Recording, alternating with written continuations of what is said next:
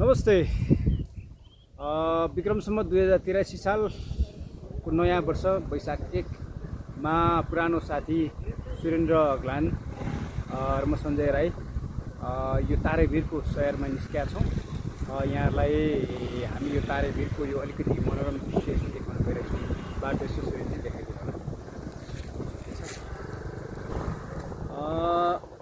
काठमाडौँ अन्तर्गत काठमाडौँ जिल्लाको गोकर्णेश्वर नगरपालिकामा पर्ने यो तारेभिर यो आन्तरिक पर्यटकको दृष्टिकोणले अहिले निकै मनोरम ठाउँको रूपमा चाहिँ विकसित भइरहेको छ।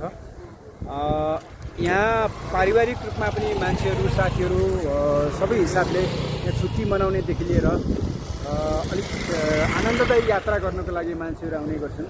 यहाँले देखिराख्नुभएको दृश्यमा बाइकमा मोटरसाइकलमा अथवा विभिन्न आफ्ना सवारी साधनहरू पैदल पनि मान्छेहरू आइराख्नु भएको हुन्छ। यति बेला हामी तल्लो भागबाट झनै अब हामी 2 किलोमिटर माथि गएपछि तारेभिर पुग्छौँ। तारेभिरको मेन टपमा पुग्छौँ। हामी हाम्रो यात्रामा यहाँलाई फेरि त्यतातिर पनि लानेछौँ। अब चाहिँ हामी करिब तारेभिरको छेउछाउमै आइपुग्यौँ। तारेभिरबाट जति सकिन्छ हामीले काठमाडौँ भ्यालीलाई निहाल्ने हामी कोसिस गर्छौँ। यहाँहरूलाई हामी यहाँको मन्दिर दृश्य जतिसम्म हाम्रो क्यामेराको कैदमा जतिसम्म भ्याउँछ त्यो देखाउने कोसिस गर्दैछौँ। हामी चाहिँ करिब आइपुग्यो। अरे तारेभिरको यहाँ पर तारेभिर त्यो डाँडा, यो तारेभिरको गाउँ।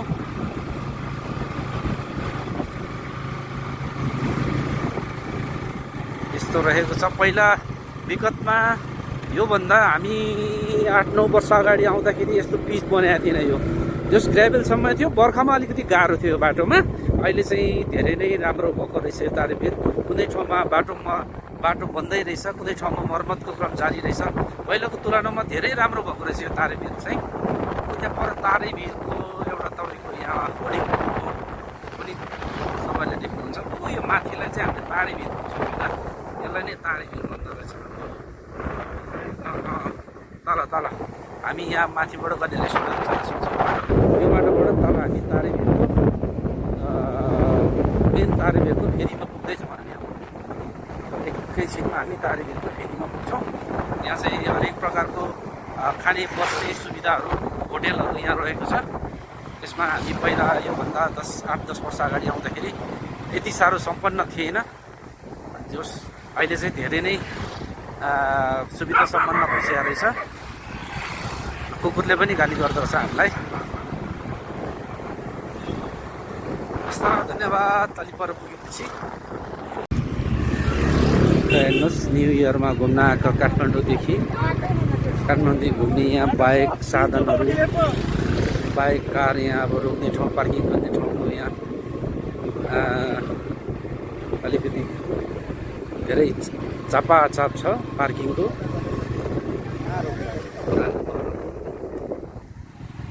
तारेभिरको मेन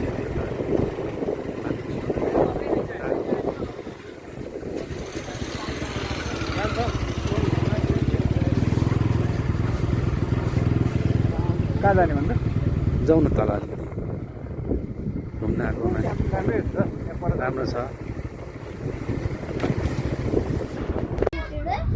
तारेभिरको यो ठपमा आइसकेपछि फेरि यहाँलाई स्वागत गर्न चाहन्छु। अघिको भिडियोबाट फेरि यहाँलाई हामी जोड्न चाहन्छौँ। यति बेला हामी तारेभिरको एउटा रिसोर्टको छेउमा आइपुगेका छौँ। यहाँले यो वरिपरि देख्न सक्नुहुन्छ। वरिपरि चाहिँ तारेभिरलाई मनाउनको लागि यहाँ मान्छेहरू आइराख्नु भएको छ। पैदल यात्रा गरेर हाइकिङ गरेर पनि आउन सक्नुहुन्छ तपाईँहरू। यहाँ चाहिँ बाइकको पनि बाटो राम्रै छ र गाडी पनि यहाँ चाहिँ 4 चक्के गाडी पनि आउन सक्छ। यहाँले यो दृश्यमा देखिराख्नु भएको चाहिँ त्यो तारेभिर लेखेकोलाई अलिकति जुम गरौँ।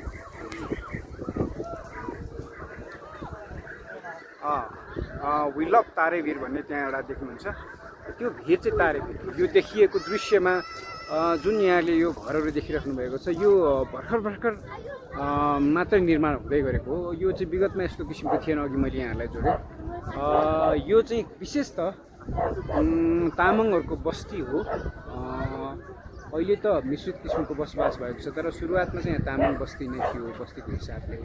र यहाँबाट चाहिँ यो खास चाहिँ कतिखेर राम्रो हो भने बेलुका ठ्याक्कै यति बेलातिर आयो, साँझ यसो बस्यो, फोटोसोटो खिच्यो र यो भिरबाट तपाईँको काठमाडौँको दृश्य हेर्नको लागि चाहिँ यो अत्यन्तै उत्कृष्ट ठाउँ हो। यहाँहरूले त्यसको लागि पनि यो ठाउँलाई चाहिँ आफ्नो डेस्टिनेसनको रूपमा, आफ्नो भ्रमणको डेस्टिनेसनको रूपमा चाहिँ यहाँले त्यो चुज गर्न सक्नुहुन्छ, त्यो लिस्टमा राख्न सक्नुहुन्छ।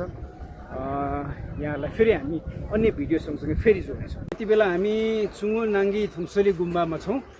नाङ्गी गुम्बा भनेर चिनिने यो एकदम प्रचलित गुम्बा, मेडिटेसनको हिसाबले बौद्ध धर्मको चाहिँ दर्शनको हिसाबले पनि अत्यन्त महत्त्वपूर्ण रहेको छ। यहाँले दृश्यमा देखाउन सक्नुहुन्छ, वरिपरिको दृश्य चाहिँ देखाइदिउँ। माथि यहाँ माथि रहेको छ नाङ्गी गुम्बा र हामी यहाँ जानको लागि तयार। अब कोही भक्तजनहरू आउँदै हुनुहुन्छ, जाँदै हुनुहुन्छ। हामी माथि जाने तर्फमै छौँ। अब यो नाङ्गी गुम्बा आउनको लागि यस्तो किसिमको यहाँ बाइक पार्किङको पनि सुविधा रहेको रहेछ। त्यसै गरी यहाँ पुरानो शैलीमा बनेका घरहरू, त्यसै गरेर यहाँ हामी आज यसरी नाङ्गी गुम्बा आइपुगेको छौँ। अब त्यहाँ माथि जतिसम्म हामीले भ्याउँछ, जतिसम्म देख्न सकिन्छ हामीले के अरे क्यामेरामा कैद गर्न सक्छौँ। यो हजुरसम्म चाहिँ हामीले देखाउने कोसिस गर्नेछौँ। हस्, धन्यवाद। चाहिँ माथि नाङ्गी गुम्बाको उकालो सिँढी चढ्दै हुनुहुन्छ। आन्तरिक पर्यटनको हिसाबले अत्यन्त महत्त्वपूर्ण स्थान रहेको नाङ्गी गुम्बा। नयाँ वर्ष मनाउन आउनुभयो तपाईँहरू? हजुर। ल, शुभकामना छ है। ल हजुरलाई पनि नयाँ वर्षको शुभकामना।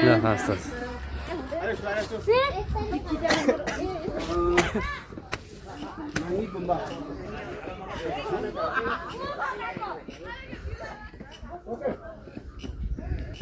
हामी यसरी उकालो लाग्दैछौँ। नाङ्गी गुम्बा हामी करिब पुग्नै लाग्यो। अनि के हो, थकाइ लाग्यो क्या हो?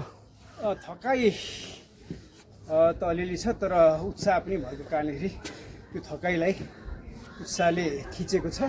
ठिक छ, सर्त त्यो उमङ्ग छँदैछ फेरि। उमङ्ग छँदैछ र यस्तो रहेछ नाङ्गी गुम्बाको सिँढी। मलाई चाहिँ अलिकति हिँड्न नहुने स्याहार किन, के कारणले भयो?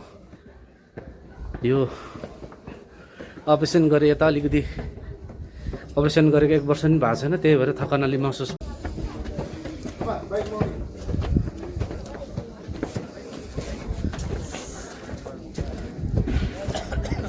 यो रहेको छ नाङ्गी गुम्बा।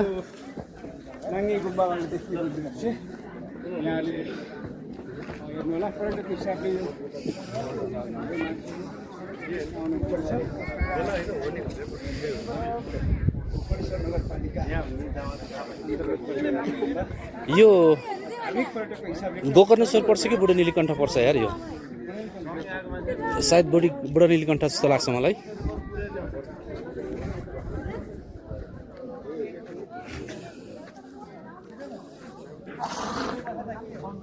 यहाँ खानेपानीको व्यवस्था पनि रहेछ। धन्यवाद जसले यो सेवा गर्नुभएको छ, उहाँको लागि मनैदेखि मुरी धन्यवाद भन्न चाहन्छु। ल, हामी पानी पनि पिइहालौँ त साथी। अब पानीको व्यवस्था गरिदिनु भएको रहेछ। ग्लास चाहिँ कता हो खै? ग्लास चाहिँ छैन रहेछ।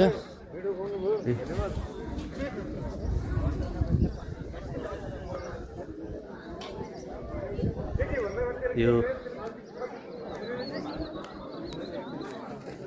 नाङ्गी गुम्बा यस्तो प्रकारको रहेको रहेछ। नाङ्गी गुम्बा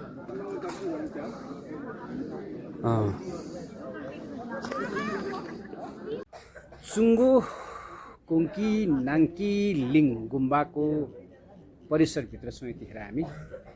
यो अत्यन्तै सुन्दर ठाउँ छ। यो यहाँले देख्न सक्नुहुन्छ। यो चाहिँ हाम्रो पछाडि यो चाहिँ मङ्कहरू जो विद्यार्थीहरू हुनुहुन्छ, बुद्धिज्म अध्ययन गर्दैनहरूको उहाँहरूको वासस्थान रहेको छ। यो प्रायः सबै गुम्बामा चाहिँ जहाँ अध्ययन हुन्छ, जहाँ अध्ययन गराइन्छ, स्टडी गराइन्छ, बुद्धिज्म सम्बन्धी त्यहाँ चाहिँ विद्यार्थीहरू जो मङ्कहरू हुनुहुन्छ उहाँहरूको बसोबास गर्ने स्थान पनि त्यहाँ नै एज अ होस्टेलको रूपमा रहेको हुन्छ। यो जानकारी यहाँहरूको लागि यो अत्यन्त सुन्दर ठाउँ छ, यहाँहरूले यसो हेर्नु होला।